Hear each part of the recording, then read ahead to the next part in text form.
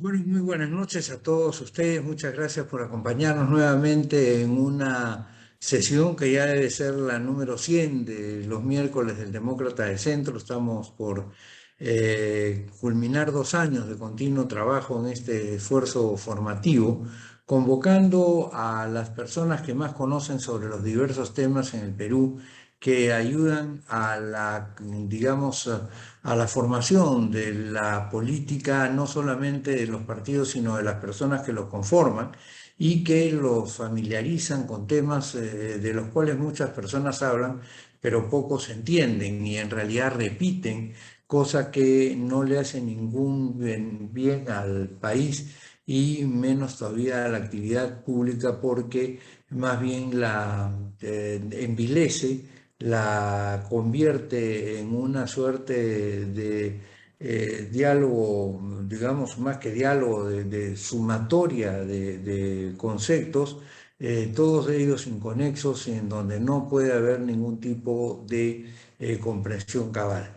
Por eso es que para tratar este tema tan importante de la vacancia, le pedimos a nuestro querido amigo de muchísimos años, casi 50, ya hemos estado juntos desde la época colegial, desde las épocas de los movimientos católicos de los primeros años de la universidad, del movimiento Palestra con César Delgado Guembes, que se especializó en el tema del derecho parlamentario como pocas personas lo han hecho y que conoce la materia parlamentaria no solamente porque la ha visto en los libros o la ha repetido en las clases, sino porque la ha vivido en la práctica. Él ha tenido una intensísima actividad en la vida parlamentaria misma, ha sido oficial mayor, ha sido jefe de comisiones, en fin, todos los cargos importantes de la práctica parlamentaria los ha ostentado y en consecuencia, pues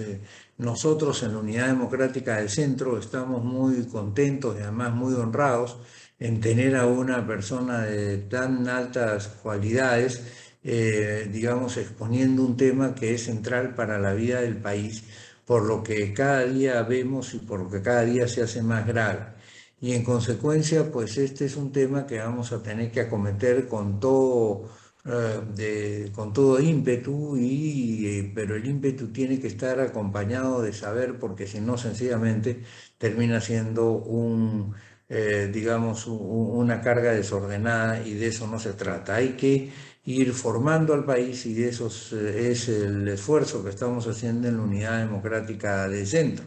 Veo amigos de distintas partes del país y de diferentes lugares y profesiones, y todos ellos muy notables, y quiero decirles que César efectivamente es una persona que goza del mayor aprecio en el mundo intelectual y académico, autor de varios libros además sobre temas vinculados al derecho parlamentario, artículos sin fin, y digamos, siempre nosotros atentos a las publicaciones que hace para poder consultarlas en el momento oportuno. Así que, sin más preámbulo, mi querido César, muchísimas gracias por atender nuestra invitación que te hicimos para que participes en esta conversación y que adicionalmente de ilustrar a los miembros de la Unidad Democrática del Centro, del Zoom y del Facebook Live, y que además las conferencias quedan registradas en nuestra página web y en las, digamos, distintas expresiones, digamos, del mundo electrónico del partido. Pues queremos darte la bienvenida e invitarte no solo a esta conferencia, sino que ojalá te animes, igual que nuestro secretario hoy de Cultura, Pepe Quesada, a venir con nosotros, el secretario nacional de Cultura, como varios de los que aquí tú ves que son muy notables y que están ya en la estructura nacional del partido. Muchísimas gracias, no tengo que presentarte más porque todos te conocemos, César, y gracias por estar con nosotros. Adelante, César Delgado Guembes. Tengo que agradecer por la invitación que me han cursado en esta oportunidad a través de Pepe Quesada, a quien también conozco no una, sino varias decenas de años atrás, porque tenemos en medio de todo vínculos familiares comunes, con raíces muy entrañables, de mucho afecto entre su familia y la mía. Yo, por supuesto, con el mayor de los gustos, colaboro en esta empresa, que me parece que tiene todos los requisitos como para que lo que tenga que decir pueda representar de utilidad en el empeño que ustedes tienen en la Unidad Democrática de Centro para ir formando, capacitando, entrenando a quienes en algún momento esperemos puedan ocupar los cargos que tiene disponibles la República para que el desempeño de nuestros representantes y de nuestros gobernantes tenga las garantías de quienes deben ocupar puestos idónea y competentemente. Uno de los más grandes problemas que tiene el país es que los puestos públicos no están ocupados por personas con las competencias necesarias para los perfiles de puestos que tienen las diferentes posiciones de gobierno. El tema que me han propuesto para que desarrolle es un tema en realidad múltiple, porque estamos hablando de tres asuntos que pueden estar interconectados entre sí y todos apuntan finalmente a una misma causa, a una misma razón, a una misma finalidad. Los tres temas son la vacancia del presidente por permanente incapacidad moral, el tema de la renuncia o de la irrenunciabilidad de los cargos de los congresistas, y en tercer lugar, el tema del adelanto eventual de elecciones generales. ¿De qué nos hablan estos tres temas? Los tres temas nos están hablando de una cosa muy singular y común a los tres. El tema es la crisis por la que atraviesa el Perú, que nos lleva a constatar la insatisfacción, el desafecto, la decepción, el desencanto, la desilusión que tenemos los peruanos con la manera en la que está funcionando nuestro sistema político a través de la experiencia que tenemos con quienes ocupan los puestos públicos. Yo podría obviamente desarrollar estos tres temas desde una perspectiva eminentemente jurídica o legal, sin ningún problema, pero creo que antes de abordar los problemas desde el punto de vista legal, que eventualmente podrán ser objeto de alguna pregunta, inquietud o reflexión que tengan ustedes, este es un espacio, creo yo, en el que lo más importante es tener la capacidad de escucha para interactuar, para conversar, para conocer algo más, para intercambiar experiencias, la experiencia del ciudadano con la experiencia de quien ha operado parte del sistema. Cuando hablamos de estos tres temas, cuando hablamos de la vacancia por la permanente incapacidad moral del presidente de la República, cuando hablamos de la posibilidad de que los congresistas renuncien a sus cargos y cuando hablamos de la posibilidad del adelanto de las elecciones generales, ¿ante qué nos encontramos? Nos encontramos ante supuestos remedios frente a un mal que creemos haber diagnosticado correctamente. La pregunta es si estos remedios que están circulando en la opinión pública han realizado previamente el diagnóstico acertado sobre el mal que se pretende curar o que se pretende extirpar. Si el mal fuera efectivamente tan fácil como decir hay que vacar al presidente, que renuncien los congresistas, hay que adelantar las elecciones generales, si fuera esa la solución, el remedio del mal, no habría mayor inconveniente porque se toma la decisión, se ejecuta y luego tendríamos un nuevo Perú. Pero el problema es que el Perú es mucho más que esos males que se diagnostican incorrectamente. Cuando decimos que es necesario vacar al presidente de la República, diagnosticamos el mal a partir de la incapacidad moral del presidente de la República y juzgamos que porque el presidente adolece de errores o de fallas morales, y que esto lo incapacita para continuar en el cargo, es necesario vacarlo. En cuanto al segundo de los temas, la renuncia de los congresistas. En ese caso no estamos hablando de la incapacidad propiamente de los congresistas, sino de la eventualidad o de la posibilidad de que un congresista, por la disforia que padece en el ejercicio de su cargo, por la insatisfacción que tiene él mismo en su conciencia sobre lo que no puede llegar a hacer desde ese puesto representativo en el Congreso, él dice, bueno, yo quiero renunciar. El típico caso fue, por ejemplo, el de el entonces congresista Javier Valle Riestra, que ante la impotencia que tenía de no poder hacer más en el Congreso del cual él era parte en este siglo, no estoy hablando de lo que él llegó a hacer junto con Tito en el Congreso bicameral hasta el año 1992, sino de la experiencia que él ha tenido con este Congreso unicameral. Él quiso renunciar y se vio con que la Constitución no se lo permitía, porque de acuerdo a su texto, el cargo de congresista es irrenunciable. Entonces, la insatisfacción, la disforia funcional de un congresista puede hacerlo desear apartarse del cargo. Otro caso parecido fue el de Alfredo Barnechea en la Cámara de Diputados en el periodo 85-90, cuando totalmente insatisfecho por lo que ocurría con el gobierno de Alan García entonces, él quiso apartarse de la Cámara de Diputados y no lo pudo hacer porque había el problema de la irrenunciabilidad.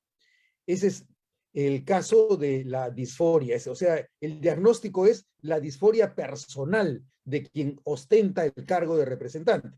Y el tercero de los supuestos remedios es el del adelanto de elecciones generales. Aburrida la población por el mal desempeño en el Poder Ejecutivo y en el Congreso, dice que se vayan todos. Eso ya lo sabemos. Todos dicen que se vayan todos. Estoy insatisfecho, no quiero más esto, y la solución es que volvamos a renovar los cargos en el Congreso y en el Poder Ejecutivo para tentar mejor suerte. Como si tentando mejor suerte solucionáramos el problema con los reemplazos con los que volveremos a intentar tener mejores niveles representativos y de gobernantes. Cuando hablamos de este diagnóstico, ante lo que nos encontramos es ante una coyuntura inmanejable por los operadores, tanto de las funciones de gobierno como de las funciones parlamentarias. Si ese es el diagnóstico y esos son los remedios, pero asumimos que es insuficiente el remedio respecto del mal, entonces, ¿cuál es el mal? ¿Cuál es el mal que atraviesa de manera vertical cada uno de estos diagnósticos? ¿Cuál es el mal que atraviesa? La incapacidad moral del presidente de la República y las decisiones que toma. ¿Cuál es el mal que atraviesa la insatisfacción o la disforia de los representantes que se sienten insatisfechos o impotentes para continuar desempeñándose correctamente en el Congreso? ¿Y cuál es ese mal que genera esta coyuntura inmanejable por todos los operadores? El mal central es un error en la comprensión del funcionamiento del sistema. Y eso es lo que creo que me parece más útil como parte de la comprensión de todos los males que estamos constatando. La incomprensión de cómo funciona el sistema y cuáles son los límites del sistema. Tenemos dos escenarios de análisis y estamos, por supuesto, ante un problema que es controversial y cuya solución probablemente tenga naturaleza prometeica, heroica, prácticamente digna de los dioses del Olimpo, porque el problema no es nada sencillo. El primer análisis es el que podría llevarnos a tratar de entender a qué se deben las incompetencias generalizadas en el funcionamiento del sistema por los operadores. Y en segundo lugar, el otro escenario de análisis es cuáles son esas limitaciones del diseño organizacional que confabula junto con las incompetencias de los operadores y que nos llevan a un funcionamiento deficiente del sistema. Entonces, puede ser un problema, por un lado, de los operadores y por otro lado, puede ser un problema del diseño organizacional. ¿Cómo podríamos mejorar el diseño organizacional de manera tal que los operadores adolezcan de menos deficiencias y puedan permitir darle a la ciudadanía mejores niveles de resultados, de mejor impacto en sus decisiones y, por supuesto, mejor capacidad de atender las necesidades y generar mayor bienestar en nuestra economía y en la vida política en general? Cuando hablamos de la incapacidad de los operadores y de la disforia de los operadores, ante lo que nos encontramos fundamentalmente es ante una falla que no tiene que ver propiamente con el diseño organizacional, sino con una falla de los proveedores del recurso humano con el que se va a ocupar esos puestos. Y los proveedores del recurso humano son los partidos políticos, porque solamente los partidos políticos son los que articulan la sociedad con el Estado. Si el partido político no cuenta con militantes entrenados, competentes, comprometidos, honestos, con conocimiento sobre el funcionamiento de nuestro sistema político, con conocimiento sobre la naturaleza e impacto que tiene nuestra Constitución en el desarrollo de todas las actividades del Estado. Si los operadores que nos proponen los partidos políticos no son militantes capacitados en gestión estatal o no tienen las competencias morales como para ocupar un puesto, vamos a seguir teniendo lo que tenemos, lo que hemos visto y lo que seguimos sufriendo cuando advertimos que hay partidos políticos que se dividen a la hora de votar sin disciplina, sin cohesión y votan a partir de la compra de intereses de los que ellos son objeto, por quienes se interesan en que colaboren con causas que son ajenas a la misión que debe tener un partido. Entonces, si no tenemos partidos sólidos, obviamente lo que vamos a tener va a ser operadores que harán que el sistema esté preparado para ser ineficiente. Las ineficiencias del sistema deben ser filtradas por los partidos políticos. Los partidos políticos deben poder acreditar, certificar a sus militantes cuando le proponen a la comunidad un conjunto de personas que van a ocupar los puestos cumpliendo con las expectativas que tienen los puestos. Si los partidos no saben cuáles son los perfiles de los puestos que van a ocupar sus militantes una vez que ganen una elección, los partidos tampoco van a poder capacitar, ni acreditar, ni certificar a nadie. Entonces, el primer requisito que debe tener un partido para evitar estos males es identificar los perfiles de los puestos. ¿Qué competencias necesito yo asegurarle a la sociedad que tendrán quienes yo voy a postular en las elecciones como candidatos para puestos representativos o de gobierno, y de gobierno a nivel del gobierno central y de todos los gobiernos subnacionales? Si son partidos políticos, los partidos políticos no pueden ser partidos solo de un distrito o de una provincia, tienen que ser partidos de todo el país, porque se trata de una visión del Perú. No se trata de una visión de la provincia, una visión de una circunscripción o de una región determinada. Con eso no le hacemos ningún bien al Perú, porque la solución va a ser que cada quien va a ver por su parte. Y el Perú es mucho más que la suma de las partes. Para que el Perú funcione se necesita que todos piensen a partir de ese todo cuya visión yo ofrezco y cuyo funcionamiento yo puedo asegurar o garantizar a través de las personas que yo propongo como postulantes a un puesto público.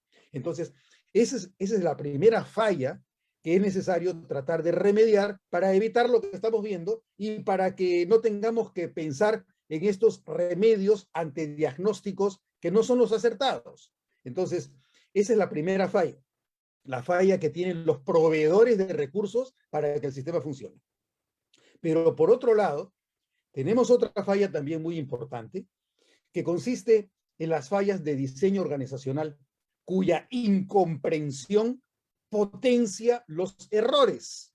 El gran riesgo ante el que nos encontramos es que quienes ocupan los puestos de gobierno y de representación son personas que creen que porque tenemos una fórmula electoral y con esa fórmula electoral yo puedo ocupar un puesto de poder, el solo hecho de poder ocupar el puesto de poder me da legitimidad.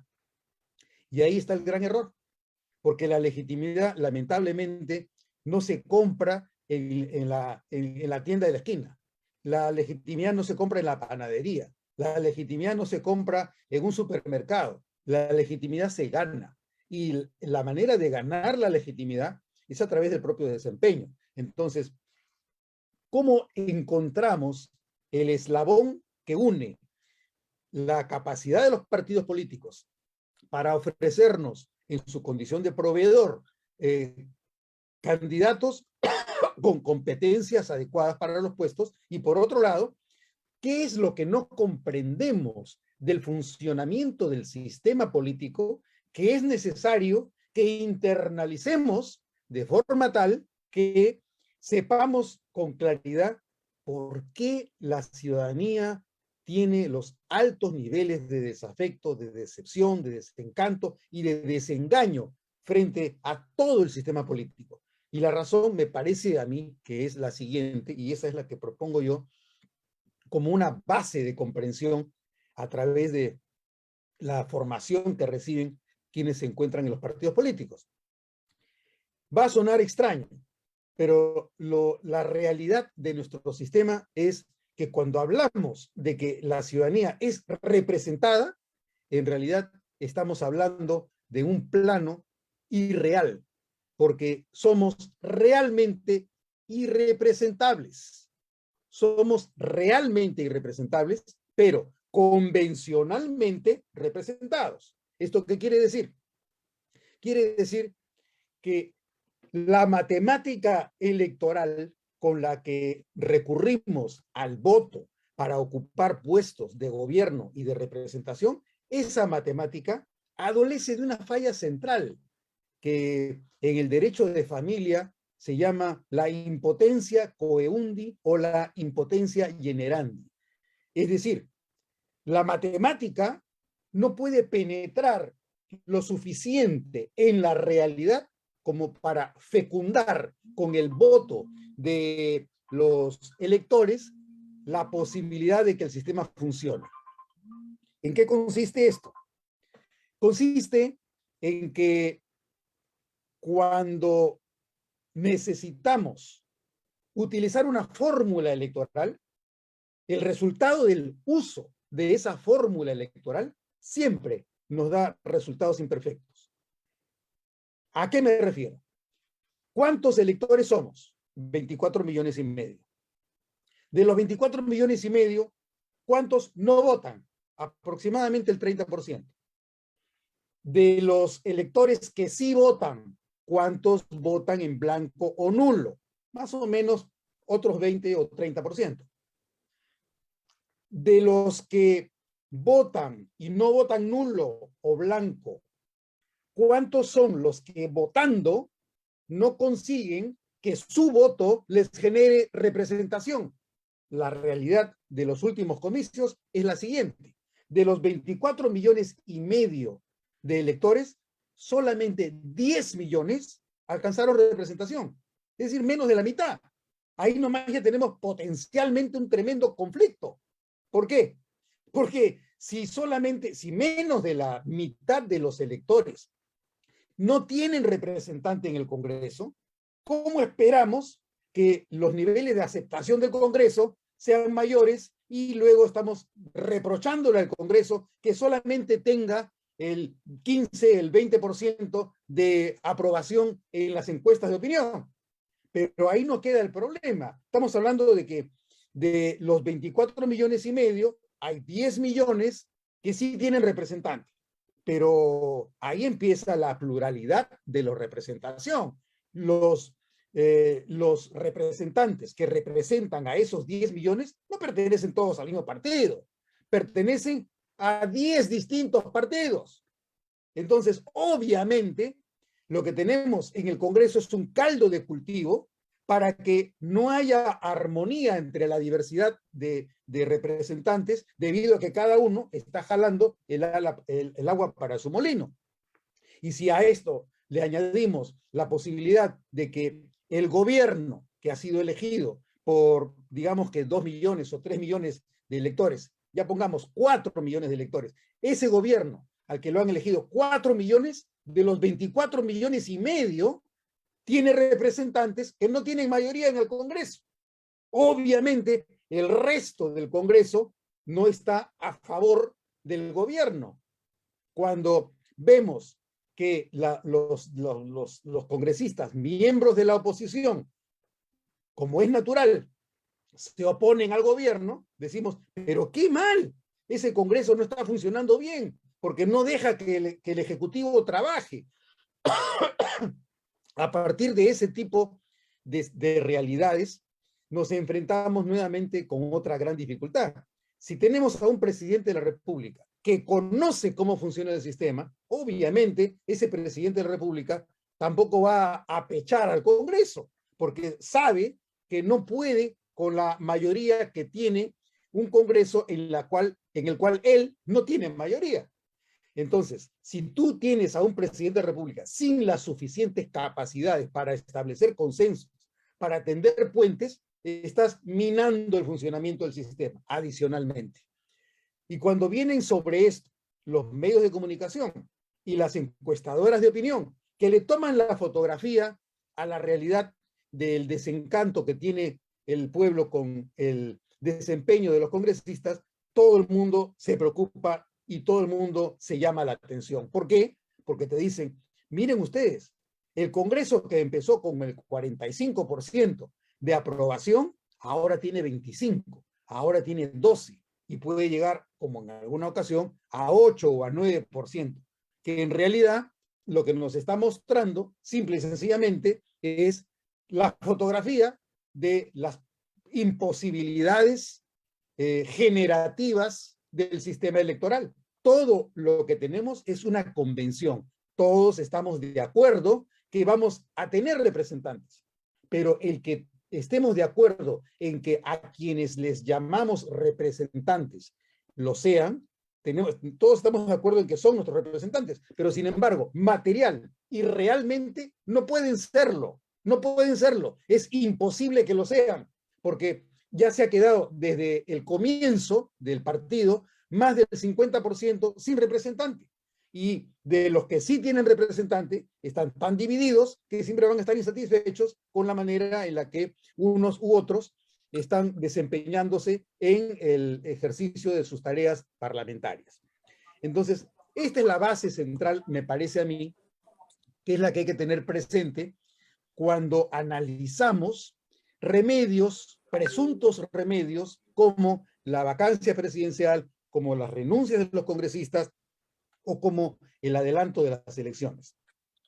Mientras que no enfrentemos este riesgo ante el que nos encontramos, un riesgo muy alto, un riesgo extremo, que consiste en asumir que tenemos una representación que en realidad no tenemos. Esa es nuestra carencia, es la carencia sustancial, básica de nuestro sistema político. Decimos que tenemos una representación, pero esa representación es irreal. No tenemos representantes como querríamos tenerlos. Tenemos niveles mínimos de representación, que es la ficción representativa. Lo que tenemos es un convenio cultural, la ficción cultural de que reconoceremos como civilización que somos una sociedad con representantes, pero unos representantes que adolecen de una falla sustancial y básica, como es la posibilidad efectiva de representar de acuerdo a una matemática que no te puede dar para más. Entonces, esos son los aspectos más importantes que yo creo que están en la base de estos tres temas que son objeto de las reflexiones que tenemos que compartir esta noche. Más allá de este punto central, obviamente corresponde hacer una breve referencia a cómo es que funciona el proceso de vacancia. Uno de los temas más importantes quizás sea a qué se debe que si una parte importante de la opinión pública cree que nos encontramos ante una situación en la que el presidente efectivamente adolece de fallas críticas que nos llevan a niveles de ingobernabilidad o de inestabilidad política. Según esta opinión pública, obviamente lo que correspondería sería esperar que el Congreso vaque a un presidente a quien se le imputa faltas o fallas de carácter ético o moral que generan más malestar que bienestar a la República. La pregunta que nos hacemos es, ¿cuántas veces se puede seguir intentando, considerando que quienes ocupan un puesto representativo difícilmente van a poder modificar las posiciones que tienen en los próximos 4 años y pico que nos quedan?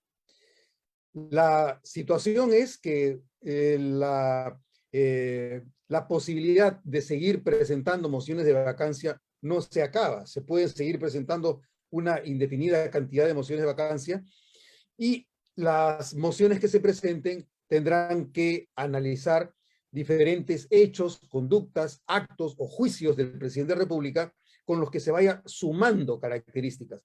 La única manera en la que la vacancia prosperará será si es que los medios de comunicación y la opinión pública en general llega a tales niveles de hartazgo y de convicción que explota en un Congreso en el que ya los que han estado apoyando la permanencia del presidente de la República no lo apoyen más. Esa sería la única consecuencia, para lo cual, nuevamente, lo que se requeriría sería más intensos niveles de convicción en la opinión pública, de forma tal que sea insostenible la permanencia de un presidente de la República a quien se le imputan fallas éticas y morales críticas, sustantivas e irremediables.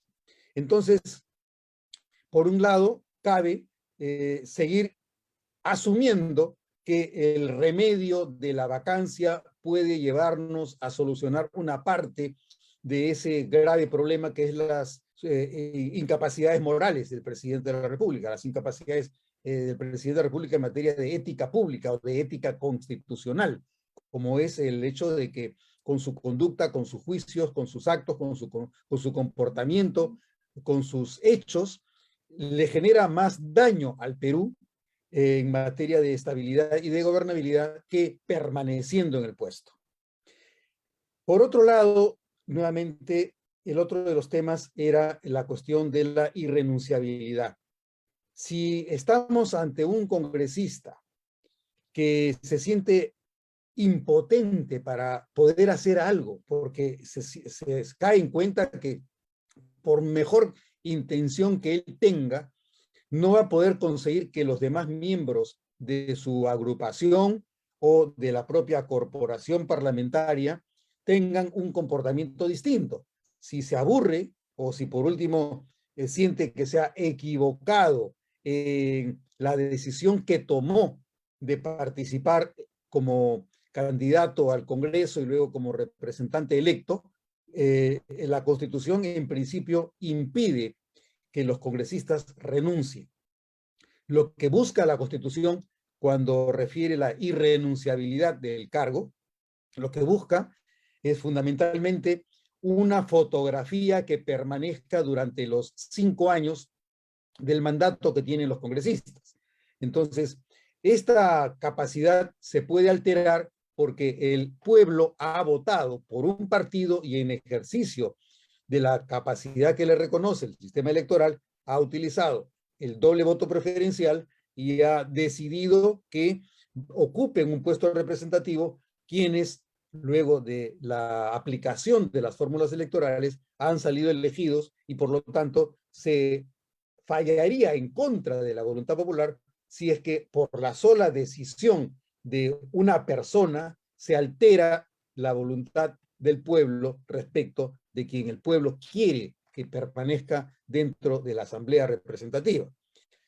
Por último, el tercero de los temas es el del adelanto de elecciones generales. Sobre este asunto se han planteado dos alternativas fundamentales. La primera, que el adelanto de elecciones generales proceda como consecuencia de la presentación de un proyecto de reforma constitucional, sea por el gobierno o sea por un congresista. En el periodo 2016-2019 vimos que tanto el gobierno del señor Martín Vizcarra como uno o dos congresistas propusieron como solución el adelanto de las elecciones generales.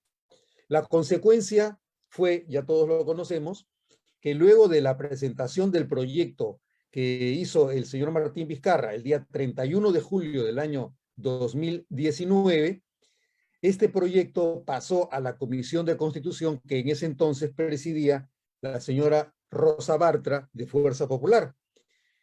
Como consecuencia de las audiencias que se realizaron, del estudio que se hizo, de las deliberaciones y de los comentarios que se fueron recibiendo entre agosto y septiembre del año 2019, la Comisión de Constitución dictaminó el proyecto de adelanto de las elecciones generales, recomendando la no aprobación del proyecto y su archivamiento. El argumento más importante probablemente de la comisión era que el adelanto de elecciones generales suponía utilizar un proceso delicado, como es el proceso de reformas constitucionales, como una solución para un problema coyuntural. Y las reformas constitucionales no sirven para dar solución a problemas coyunturales, sino más bien para dar solución de carácter permanente a un tema que ha quedado marcado dentro de nuestra historia política. Entonces, la respuesta de la Comisión de Constitución en el mes de septiembre del año 2019, el día 25 de septiembre, que fue cuando se tomó el acuerdo en la Comisión de Constitución, fue que no era un medio idóneo la reforma constitucional para solucionar los problemas de coyuntura por los que atravesaba el Perú durante el gobierno del señor Martín Vizcarra. Finalmente, como todos sabemos, el señor Martín Vizcarra, 3 días después, disolvió el Congreso, y el Congreso, al que se le puede llamar el Parlamento Rabo, porque es el Parlamento que fue elegido para complementar el periodo anterior y que fue elegido por los 2 últimos años, ese mismo Parlamento se encargó de vacar al señor Martín Vizcarra.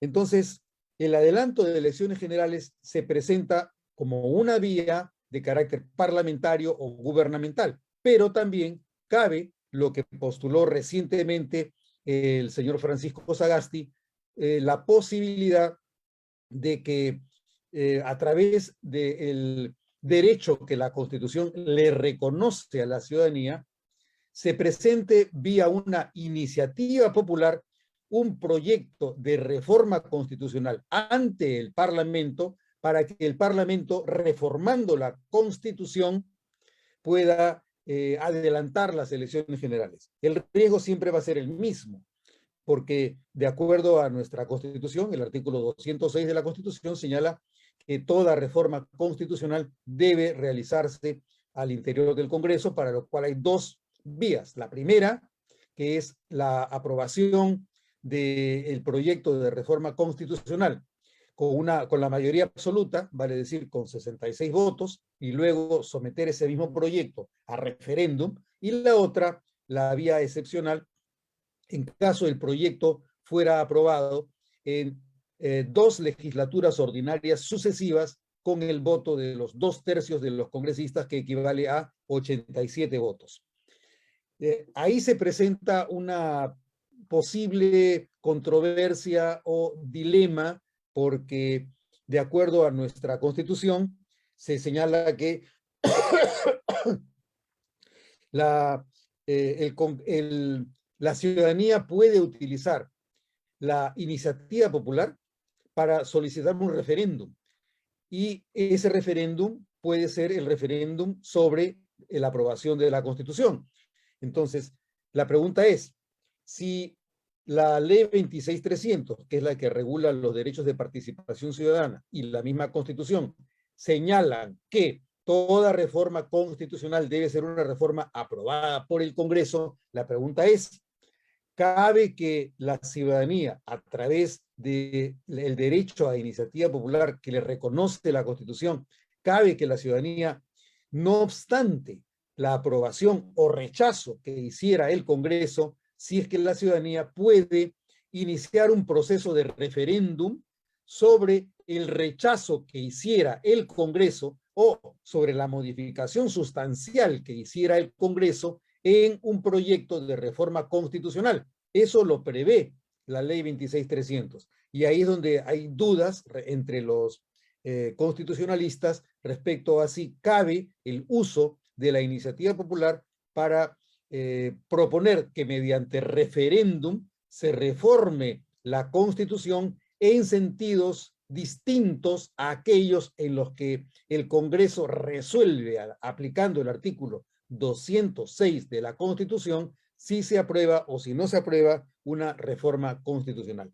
Creo que con estas reflexiones puedo dar por presentados estos temas y podríamos empezar a conversar o a reflexionar más ampliamente a través de las preguntas o los intereses que ustedes tuvieran para intercambiar opiniones entre nosotros. Muchas gracias, doctor Delgado. Habiendo culminado su exposición, el doctor César Delgado Gembes recibirá de los asistentes a esta reunión preguntas sobre el tema expuesto. Para tal efecto, deberán solicitar el uso de la palabra levantando la mano o escribiendo sus preguntas en el chat Zoom o en el Facebook Live. Con la finalidad de permitir la mayor participación de los asistentes, se les exhorta a realizar sus preguntas en forma directa, sin exceso de preámbulos.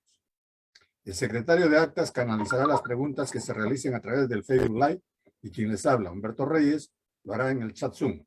Para tal efecto, quienes desean realizar alguna pregunta deberán hacerlo levantando la mano. Agradeceremos que previo al momento de realizar la pregunta den su nombre completo.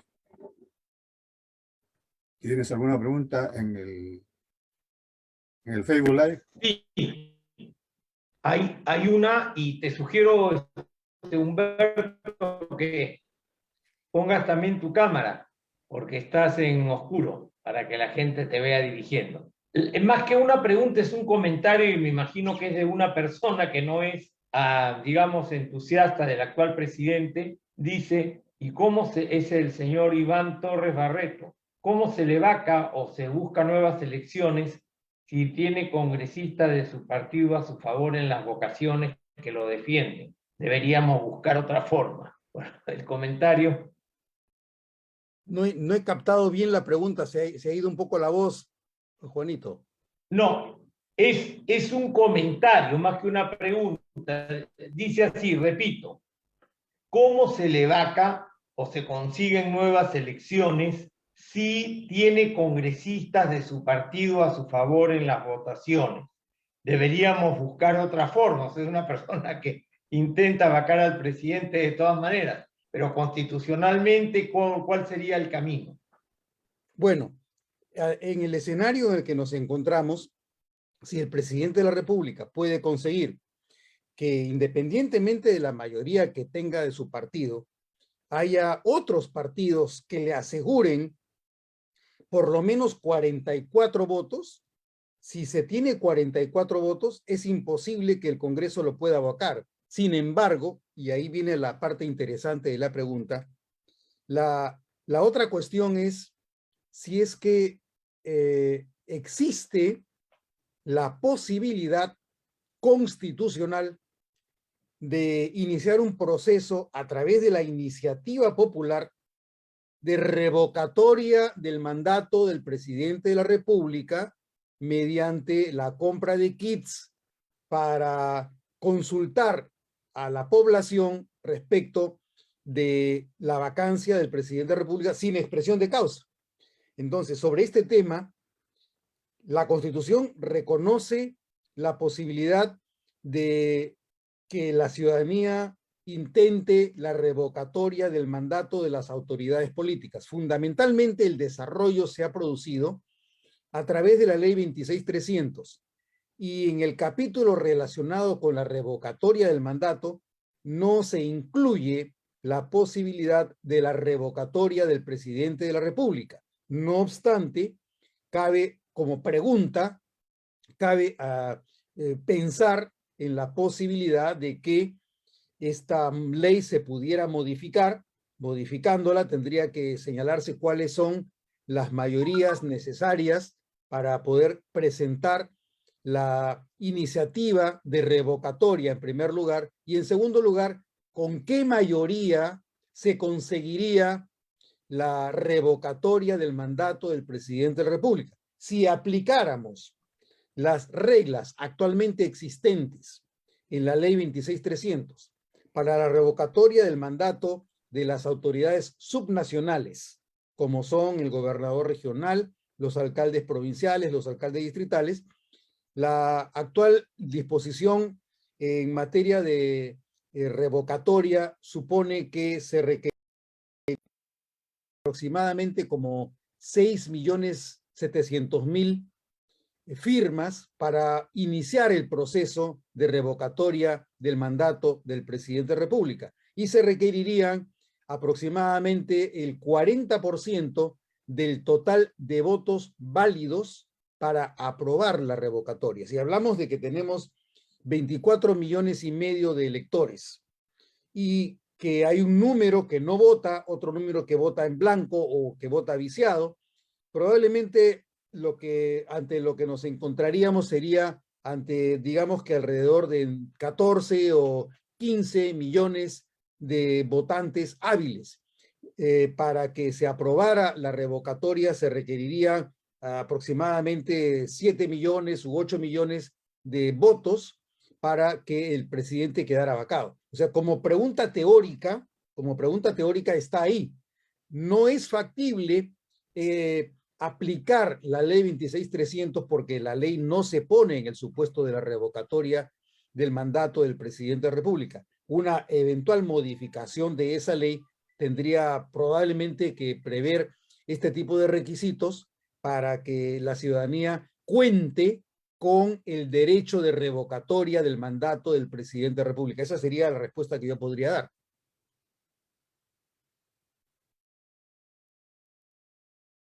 Gracias, doctor Gembes. Tenemos al amigo César Gago Arenas. Adelante, amigo Gago.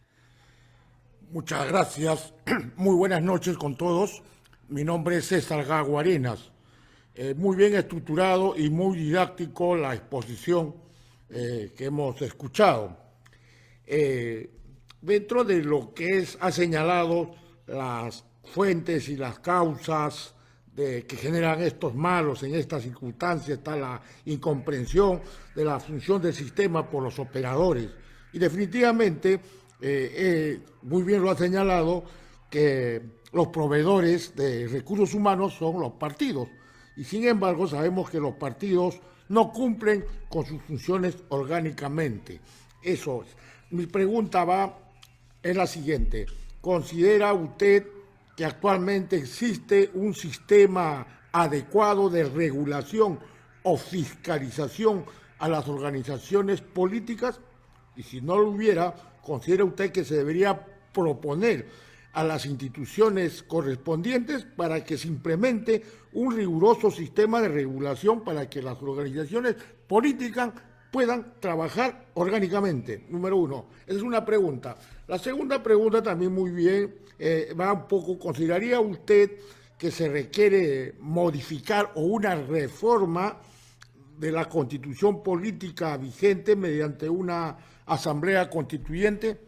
Muchas gracias por la respuesta que me pueda dar y gracias por escucharme. Bueno, son dos preguntas efectivamente. Yo soy me cuento entre las personas que cree que los principales problemas que atraviesa el Perú no tienen solución legal.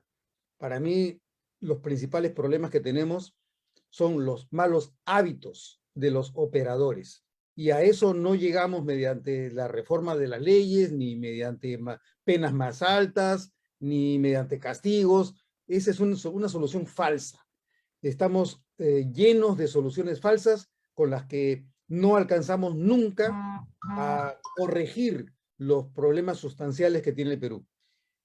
Si el problema principal que tenemos en materia de quienes proveen los recursos humanos para el funcionamiento adecuado del sistema es que los partidos políticos no están funcionando correctamente, la pregunta es, si no creemos que la solución de los problemas de gestión de los partidos políticos es mediante una reforma o mediante un sistema de fiscalización, entonces, ¿qué es lo que hay que hacer para que los proveedores cumplan con su misión? Lamentablemente, tenemos que ver nuestra propia realidad. Nuestra realidad es que los peruanos no hacemos lo que tenemos que hacer.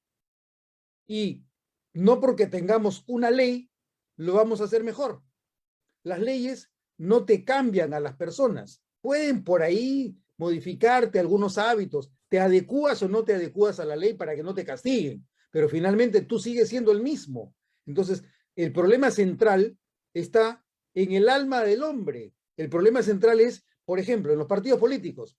Tú le puedes decir a los partidos políticos, señores, el Estado les va a dar a ustedes tanto porcentaje de dinero en función del número de votos que usted tiene.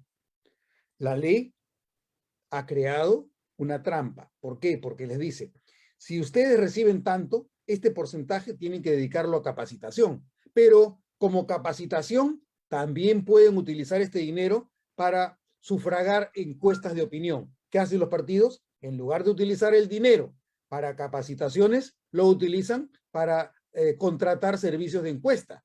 Obviamente ya cumplieron con la ley. Entonces, ¿dónde estaba el problema? El problema estaba en que los congresistas que aprobaron la ley, la aprobaron precisamente porque ellos son parte del problema. Ellos son parte de los partidos políticos que preferirían que no se invirtiera en capacitación para que los partidos sigan siendo cascarones o etiquetas o clubes electorales para ver qué cosa es lo que me gano yo siendo representante y miembro de un partido político. Entonces, el problema central está en la incapacidad humana de hacer las cosas que se deben hacer. Los partidos políticos tienen como principal problema la ausencia de liderazgo. No tenemos líderes, no tenemos gente con visión de país. Eso no lo puedes corregir con una ley y tampoco lo puedes corregir con una reforma constitucional. Ese mito de la Asamblea Constituyente, y esa es la segunda parte de la pregunta, el mito de la Asamblea Constituyente no te soluciona el problema, porque tú puedes, la Constitución te va a generar un marco básico, amplio, va a señalarte cuáles son los valores, cuáles son los principios, cuáles son algunas reglas de operación de las instituciones estatales, pero no te va a cambiar a la persona. Y lo que necesitamos para que el Perú cambie es una demostración clara que las personas que llegan a ocupar puestos de poder son personas que anteponen antes que todo su propia virtud personal,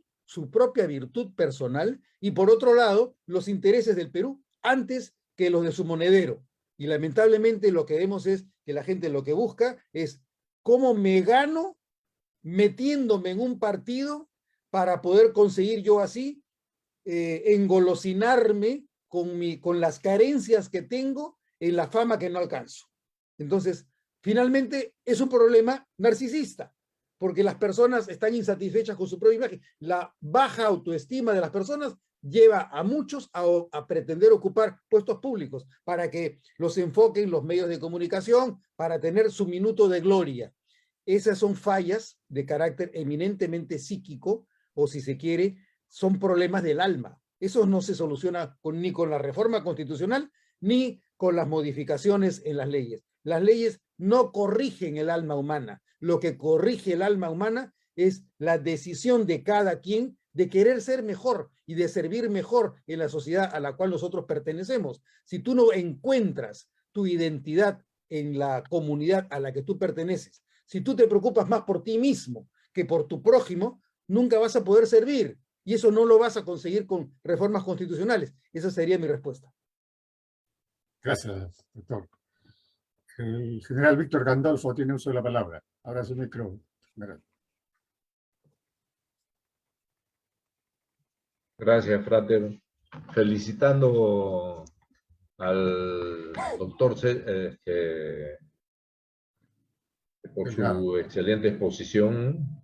El doctor César Delgado ha sido muy expresivo, muy claro en sus planteamientos, por lo cual yo le agradezco y lo felicito. Pero quisiera hacerle una pregunta. En el Perú se han multiplicado los grupos políticos que solamente se preocupan de sus intereses personales o particulares, ¿no? Que se aprovechan prácticamente de la ignorancia de la mayoría de personas, sobre todo de la sierra, de parte de la sierra, de parte del Perú en general, donde la educación es pésima y generalmente esa población casi no va a las escuelas. Entonces, consiguen votos y pueden salir elegidos. La cuestión que se presenta es ¿qué opina usted si se pudiera cambiar el voto obligatorio por el voto voluntario? Para que, digamos, las personas que realmente estén interesadas en política puedan votar con una mayor claridad, una mayor conciencia, ¿no? Gracias. Bueno, esa es una pregunta bastante trascendental porque nos pone ante el supuesto de que tenemos ciudadanos competentes, ciudadanos virtuosos, que van a ejercer el voto de acuerdo a su conciencia. Ahora, ¿cuál es el problema ante el que nos enfrentamos? Si ya he mencionado que de los 24,5 millones de electores, un 30% no vota. No vota a pesar de la multa. Hay otro grupo que vota en blanco, vota viciado. Si sumamos los dos, casi llegamos al 50%, al 50% de la población. Otros tantos que sí quieren ejercer su derecho a voto, pero que por aplicación de la valla electoral o de la cifra repartidora no llegan a tener un representante. Entonces, la gran pregunta que tenemos delante es, ¿qué pasaría si en lugar de tener el voto obligatorio, con las deficiencias que actualmente encontramos, hacemos que el voto sea facultativo? ¿A qué número de votantes llegaríamos si el voto es facultativo? Si de los 24 millones, probablemente tampoco lleguemos a 10 millones. Podríamos llegar a 8, a 6 millones que quieren participar efectivamente en los procesos políticos. ¿Qué tipo de gobierno conseguiríamos y qué tipo de representación tendríamos con niveles tan bajos de participación efectiva de la población gracias al voto facultativo? El voto efectivamente será un voto más consciente, pero el impacto que tenga ese voto consciente en el funcionamiento del sistema no nos permitirá mejorar mucho los resultados que actualmente tenemos, porque vendrán nuevamente las encuestadoras de opinión, no les interesará si han ganado las elecciones a través del voto facultativo o del voto obligatorio, y seguirá mostrándonos la escasa aprobación que tiene el Congreso. El problema que tenemos es un problema de deficiencias en el desempeño. Obviamente podemos permitirle al ciudadano que desarrolle mejor su libertad política sin que se le obligue. Un ciudadano al que se le obliga a votar no es tan ciudadano, porque para que tú realices un acto moral, tú necesitas tener libertad. Cuando te obligan, la dimensión ética de tu acto cambia, porque estás votando obligado. Entonces, la calidad ética del voto es menor, pero a la vez, por mejor que sea la calidad ética del votante, esa mejor calidad ética no te asegura el mejor funcionamiento del sistema representativo, porque mientras que los partidos políticos no nos ofrezcan, no nos provean de mejores candidatos, con la mejor calidad ética de los ciudadanos, tampoco vamos a corregir los problemas de desempeño que nos traerán los partidos políticos que nos prometen candidatos incompetentes para el puesto representativo. Ese sería el problema. Gracias, doctor Gracias. Delgado. Gracias, doctor. Tenemos una pregunta del frater José Quesada. Adelante, por favor. Abra su micro. Mi querido César, la pregunta va en este sentido. Aparentemente no hay ninguna solución total al problema, ni con vacancia, ni con enmiendas constitucionales, ni con nada de eso, sino que la solución a gran escala al problema, que no es inmediata, es con la formación de un liderazgo ético y con formación ciudadana, porque también es el tema de la formación de ciudadanía. Son dos cosas, dos acciones que tienen que ir de la mano, la formación de ciudadanía y la formación de liderazgo ético. En ese entrampamiento, pregunto si el tema coyuntural no se está desviando del problema central. Por tratar de solucionar el problema totalmente coyuntural, estamos perdiendo la óptica del problema central. O sea, tenemos que partir de una conciencia, pregunto, de que el problema no es hoy solucionable. Y la segunda parte de mi pregunta, que es muy concreta y muy coyuntural. Hablamos de extender la ley de revocatoria del mandato al presidente, incluir al presidente de la República en esta revocatoria del mandato. Mi comentario es el siguiente. ¿Vamos a necesitar 87 votos para incluir al presidente en el mandato? ¿Esta ley bastaría que fuera con mayoría simple o tendría que ser con los 87 votos? Pregunto. Ok. A ver, son dos temas, ¿no? Si efectivamente el problema que pretendemos tapar es la ausencia de liderazgo y las insuficiencias en la calidad de nuestra ciudadanía, obviamente con todos estos remedios de los que estamos hablando, la vacancia del presidente de la República, la renuncia de los congresistas o el adelanto de elecciones generales, obviamente no vamos a darle solución a eso que nos urge más. Nosotros necesitamos mucho más los liderazgos efectivos, los liderazgos reales, que hayan partidos y que hayan líderes de los partidos que se compren efectivamente el lío y que quieran hacer lo que les corresponde y no lo que les conviene para seguir lucrando con el desmadre de nuestro sistema político con el fin de que ellos puedan ganarse alguito. Efectivamente, ese es el gran problema. La pregunta es, por ejemplo, si nosotros caemos en cuenta que es necesario que hayan partidos políticos que hagan lo que tienen que hacer, un líder que tenga visión.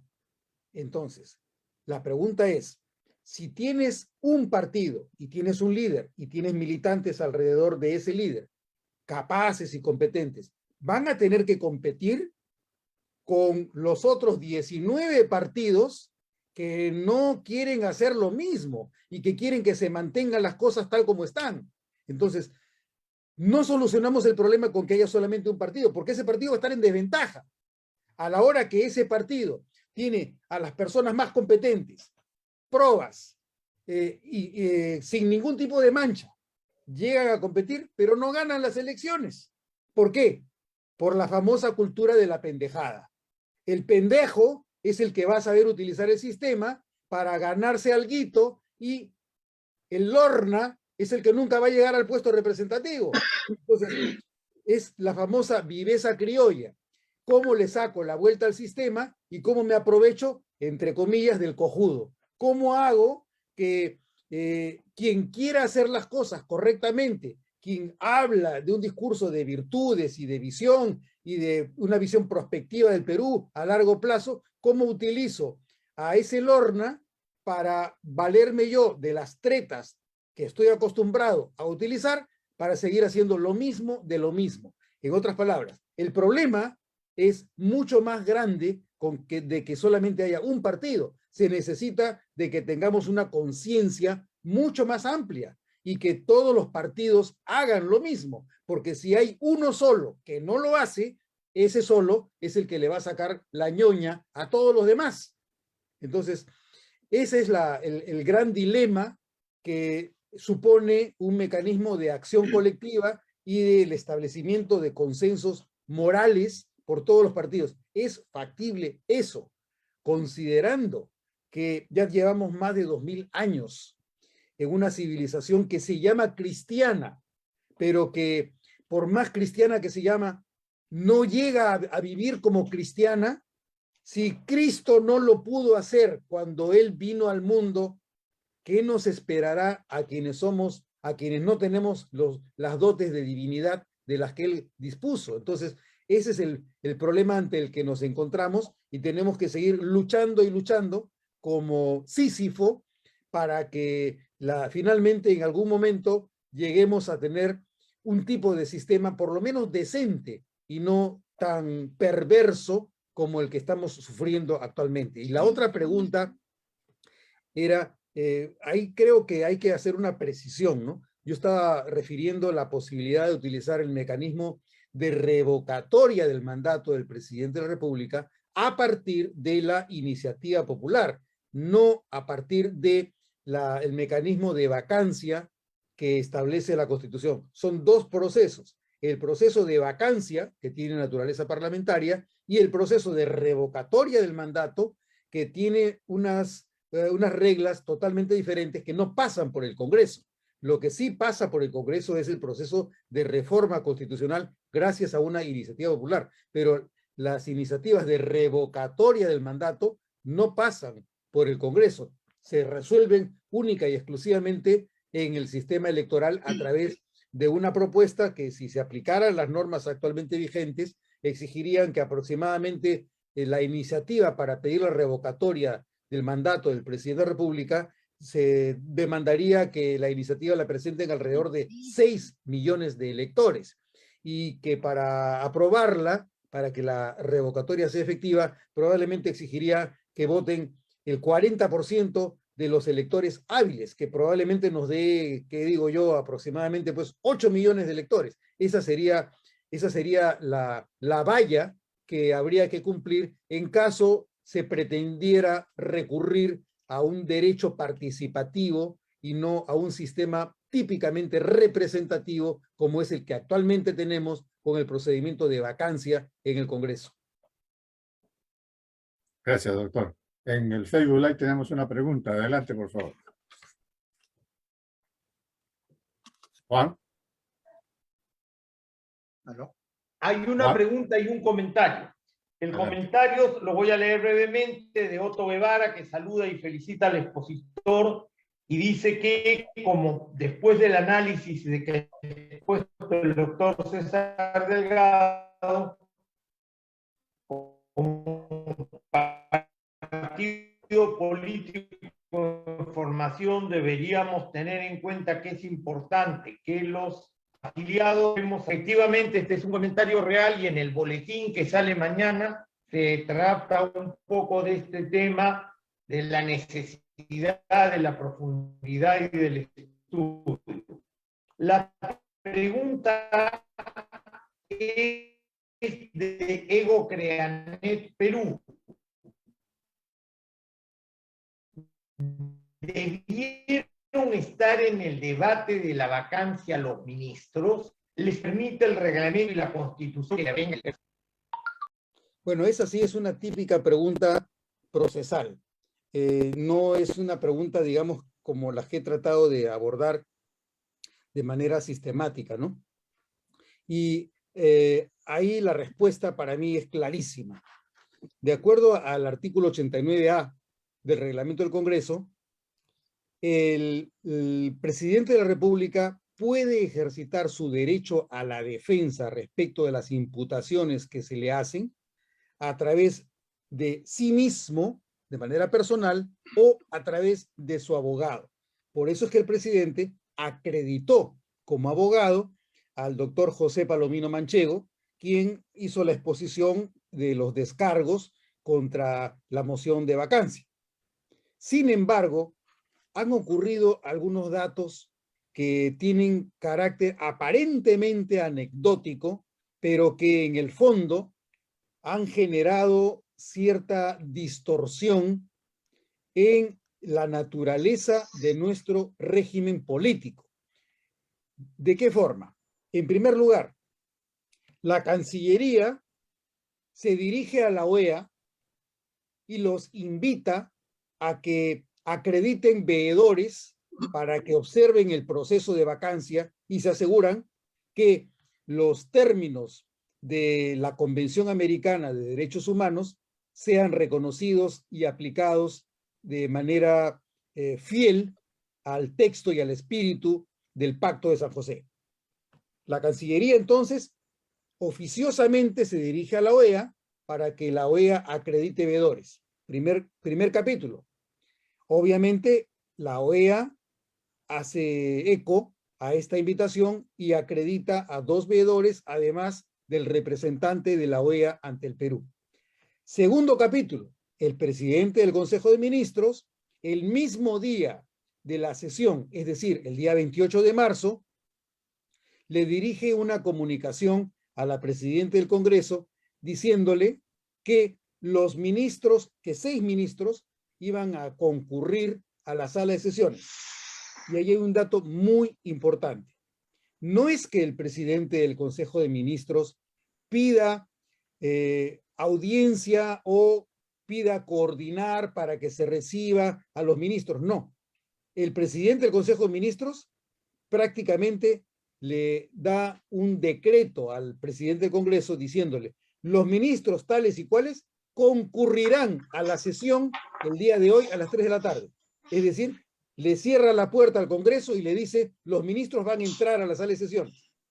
Este es el segundo capítulo que estamos presenciando respecto de lo que ocurrió el día 29 de septiembre del año 2019, cuando el señor Salvador del Solar, desconociendo la naturaleza del derecho a concurrir voluntariamente al Congreso, se metió al Congreso, así no hubiera sido invitado ni se le hubiera autorizado para que ingrese. La Junta de Portavoces, el día 29 de septiembre del año 2019, había acordado recibir al presidente del Consejo de Ministros, al señor Salvador del Solar, a las 4 de la tarde. Pero el señor Salvador del Solar consiguió que una congresista, la señora Patricia Donaire, le abriera la puerta y él se metió y se quedó en el Congreso. O sea, ese es un desconocimiento de un rasgo de nuestro régimen político que ha quedado distorsionado. ¿Por qué? Porque en un régimen parlamentario, los ministros, por su propio derecho, pueden estar en el hemiciclo y pueden intervenir, se les puede reconocer el uso de la palabra. Pero en un régimen como el nuestro, que es mixto, que es híbrido, que no es parlamentario, sino que se conoce como un sistema de presidencialismo parlamentarizado, al cabo presidencialismo, parlamentarizado, pero presidencialismo. Por lo tanto, basado en el principio de separación de poderes, lo que ha hecho el presidente del Consejo de Ministros al ordenar que van a ir 6 ministros a concurrir a la sesión, lo que hace es distorsionar la relación y desequilibrar la relación entre el Ejecutivo y el Congreso, porque desconoce que no es cuestión de que el Ejecutivo quiera ir al Congreso, es cuestión de que el Congreso, como sede de la representación, tenga la disposición de recibir a los ministros que desean concurrir. No es lo mismo desear concurrir voluntariamente que concurrir así no te permitan que tú ingreses. La asamblea, el hemiciclo, está destinado únicamente a quienes han sido elegidos por el pueblo, y quienes han sido elegidos por el pueblo son los congresistas.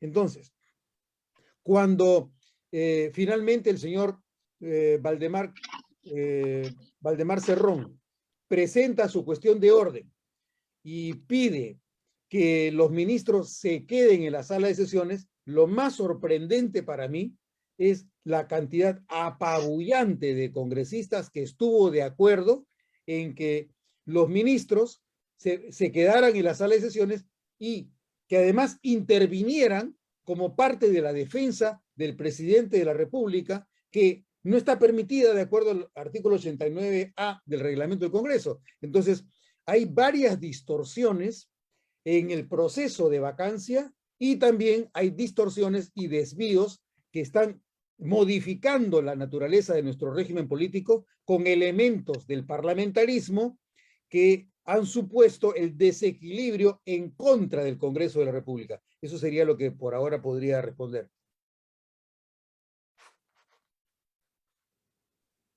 Muchas gracias, doctor. Le damos el uso de la palabra a Carlos Fernando. Abre tu micro, Carlos Fernando. Castañeda. Castañeda. Parece que se ha retirado. En todo caso, le damos el uso de la palabra. Que hablen todos. El frate Gastón, su apellido, por favor. ¿Puede usted indicar su apellido? Aló. ¿Me escuchan? Ahí está Carlos. Hola, Buenas ¿qué tal, noches, profe? estimados Perdóneme. amigos.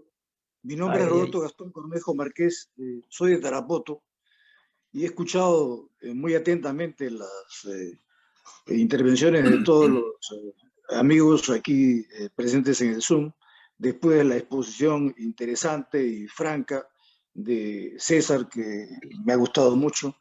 Yo, para ser prácticos, quisiera mencionar lo siguiente. Mientras esperamos que se vaque al presidente o que suceda algo para que cambie su proceder, me parece que las instituciones, incluyendo los partidos políticos, los colegios profesionales, las diversas instituciones privadas como la CONFIEP, creo que deberían manifestarse sobre la inacción que se viene dando luego de los 90 días de tolerancia con este gobierno que ha hecho muy poco, y ahora al cabo de 8 meses que no se manifiesten estas instituciones, me parece que está muy mal y pecamos entonces el resto de instituciones de inacción también, lo cual deberíamos criticar. ¿No te parece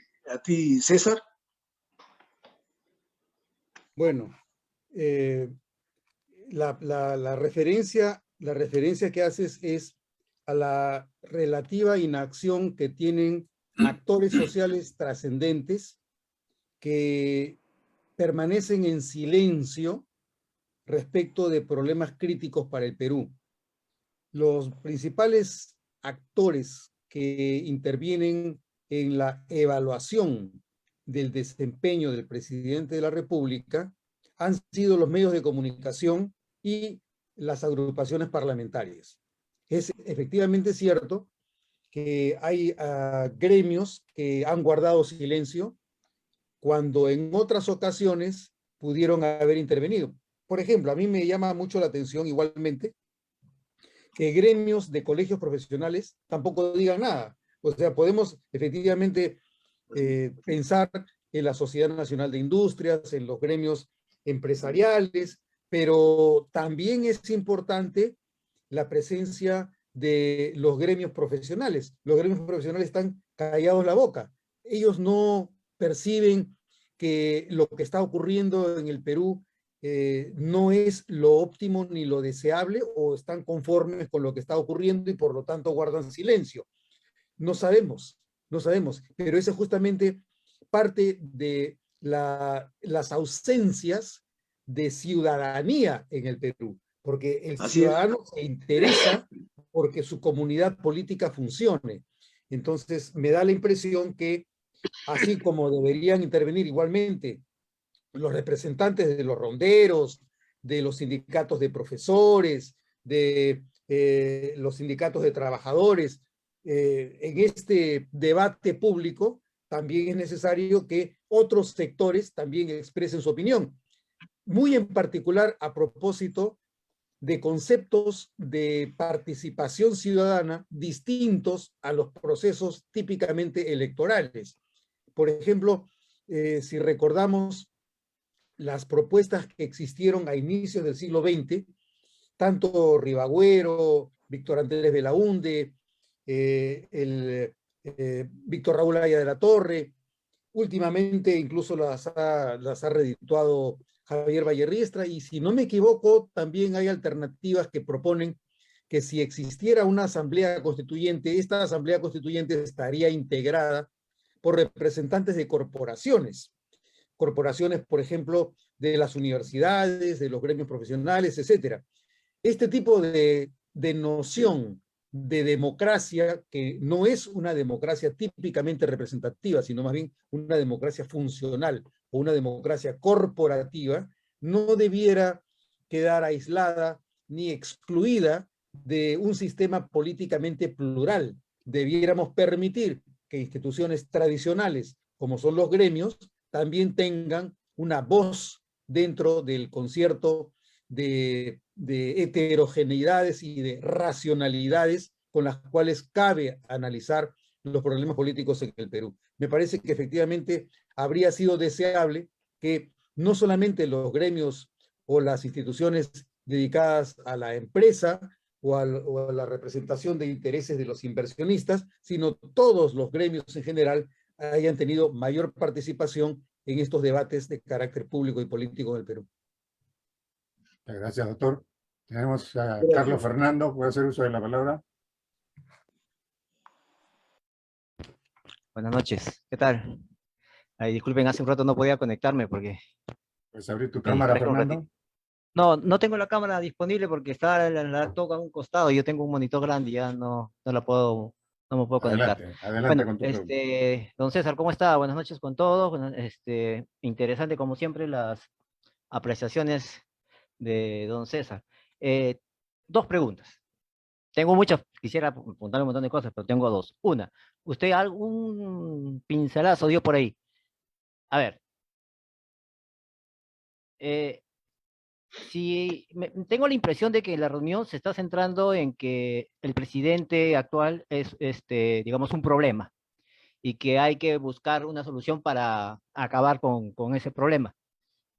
Y noto también que en el Congreso se están tomando muchas decisiones orientadas a, comillas, controlar la acción del Ejecutivo. Pregunta, ¿no nos estamos desviando, digamos, como régimen político y acercándonos pasito a paso a hacer casi un régimen parlamentario con un sistema de partidos que no existe?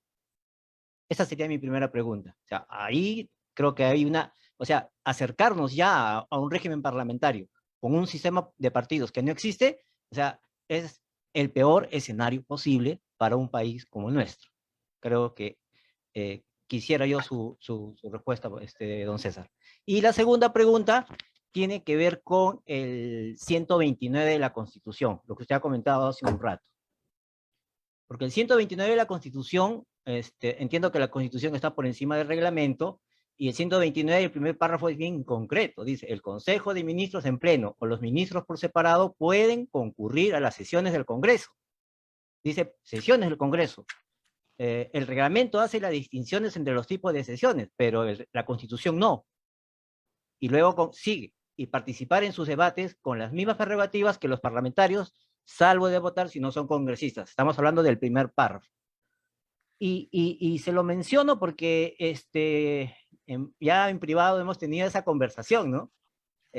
Cuando trabajamos en la misma oficina, ¿no? Y quisiera que amplíe ese concepto un poco para que ilustre a toda la sala, ¿no? Gracias, profesor. Bueno, efectivamente ese es un tema que ha sido objeto de algunos dilemas, discusiones y interrogantes que hemos tratado de comprender en el ejercicio de las funciones que nos corresponden en el servicio parlamentario. Pero la primera pregunta está relacionada con un tema más amplio, ¿no? Si es que el Perú está migrando hacia un régimen parlamentario, distorsionándose la naturaleza primigenia de nuestro régimen político. Y esto, por supuesto, a partir de el reconocimiento de una deficiencia grave dentro de todo nuestro sistema político, que es la ausencia de partidos políticos. Yo no creo que el sistema de gobierno, que el régimen de gobierno, que la forma de gobierno, que el régimen político peruano sea un régimen parlamentario.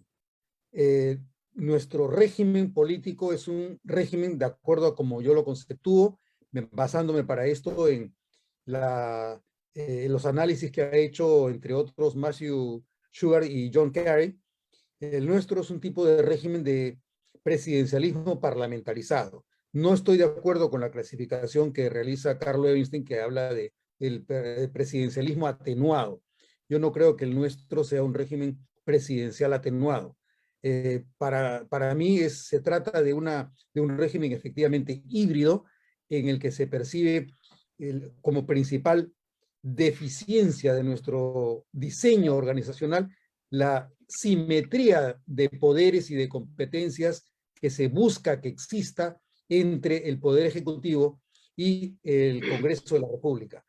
El nuestro es un régimen de presidencialismo parlamentarizado porque existen elementos del régimen parlamentario que afectan el desempeño de un régimen basado en el principio de separación de poderes.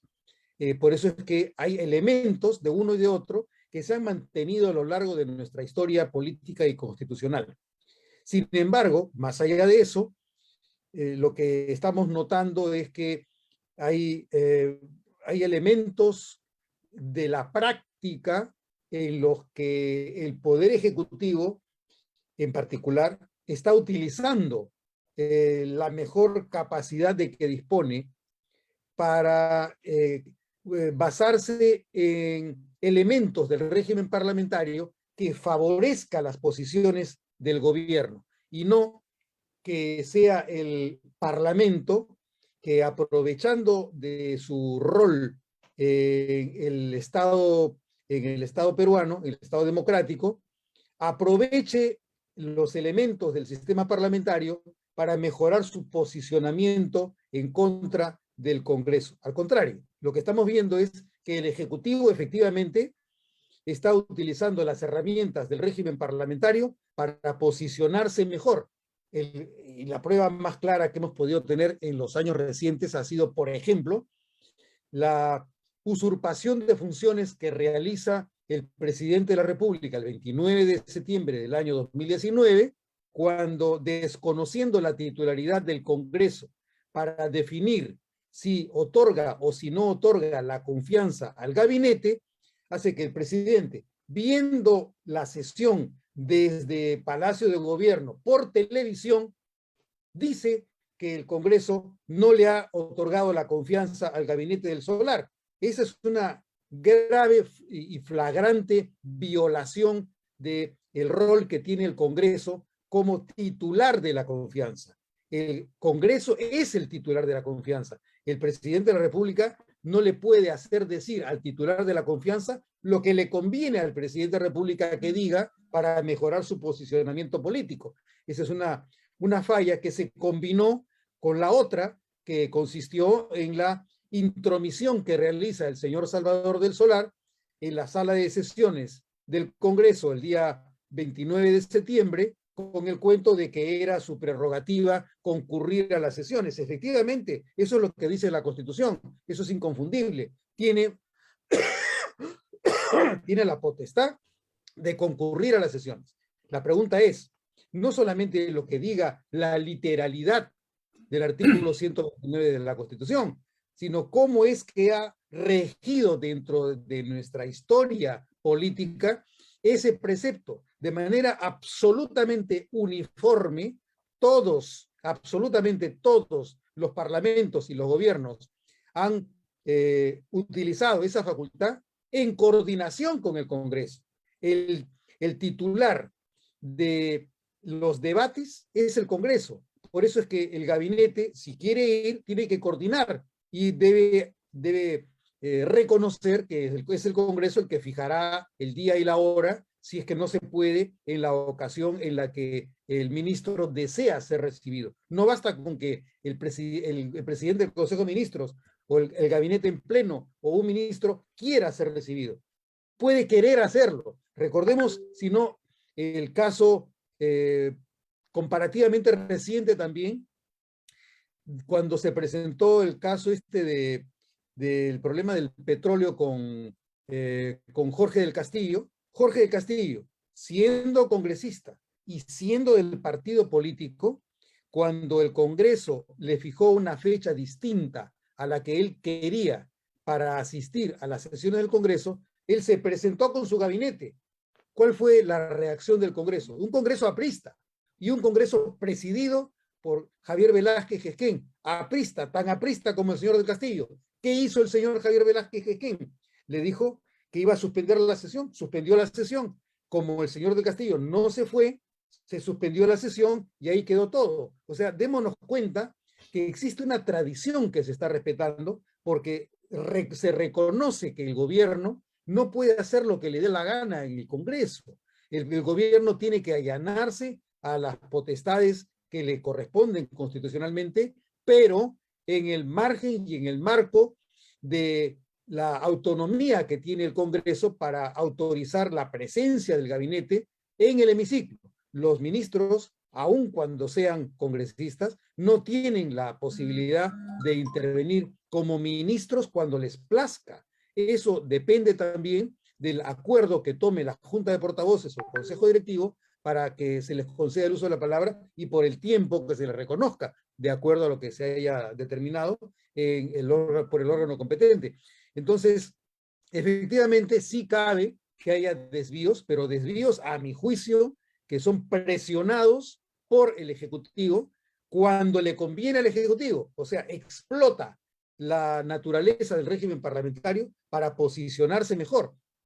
Ahora, más allá de eso, la pregunta tiene que ver con la eficiencia de un sistema en el que utilizamos herramientas del régimen parlamentario sin una de las características centrales de un régimen parlamentario, como es la fortaleza de los partidos políticos que permiten que el sistema funcione. Estamos ante una situación en la que se está potenciando los niveles de dictadura, de tiranía, de despotismo y de autocracia con el esquema de un poder ejecutivo que no solamente tiene las herramientas del presidencialismo, sino que además utiliza las del parlamentarismo a su favor y en contra del Congreso, con un Congreso que está lleno de congresistas inexpertos, sin las suficientes competencias, que ha sido además minado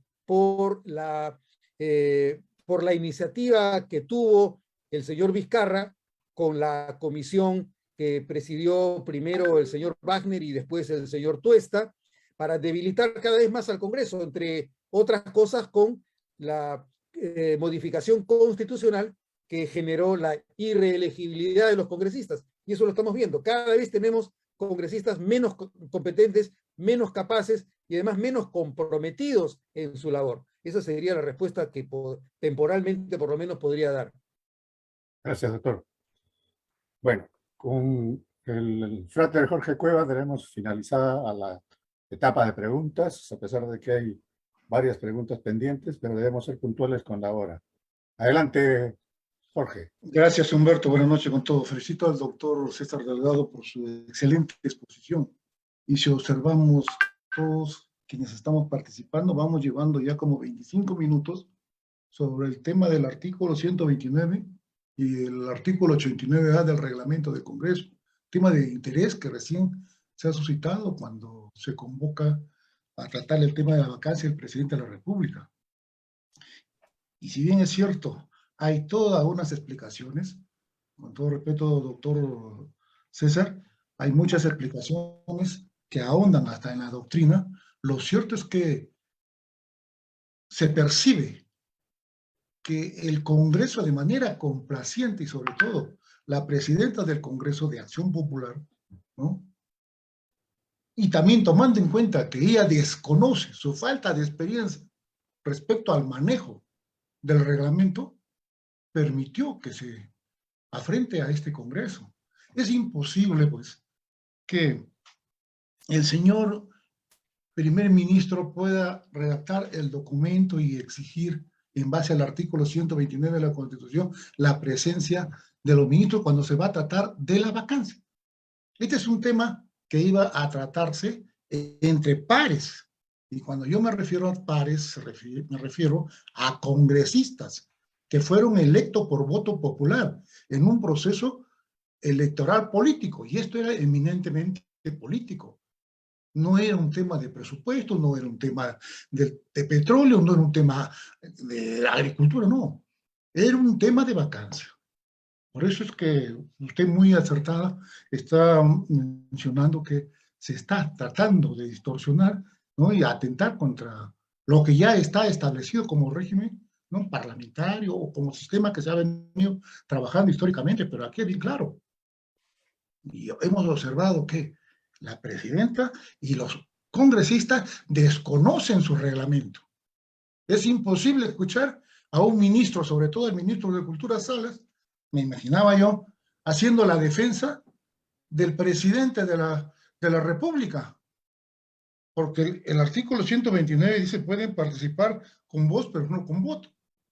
Este no era una intervención de ministros, era una intervención de puro congresistas.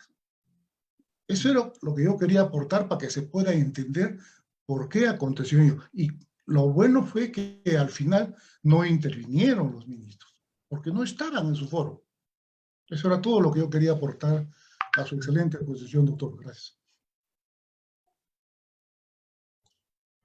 Bueno, yo preferiría ya no, estoy de acuerdo con la apreciación que hace Jorge, pero ya creo que mejor no me extiendo porque ya los debo haber aburrido con el planteamiento que hago sobre el artículo 129. A mí me parece que son excesos y en gran parte excesos mañosos de quienes utilizan el régimen político y la interpretación de la Constitución con los antecedentes que tenemos del periodo del señor Vizcarra, del año 2018 al año 2020, ¿no? Me parece que ahí es donde ha empezado también un hito importante en la distorsión de nuestro régimen político.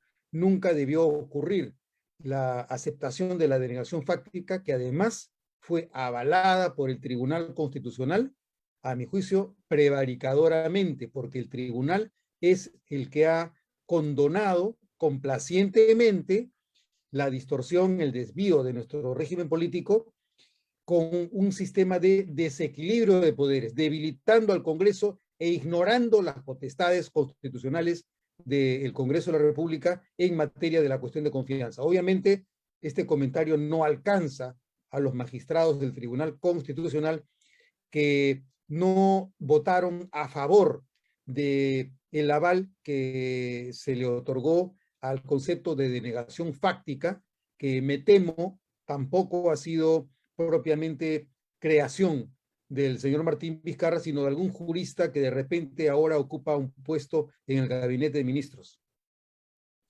Muchas gracias, doctor Delgado.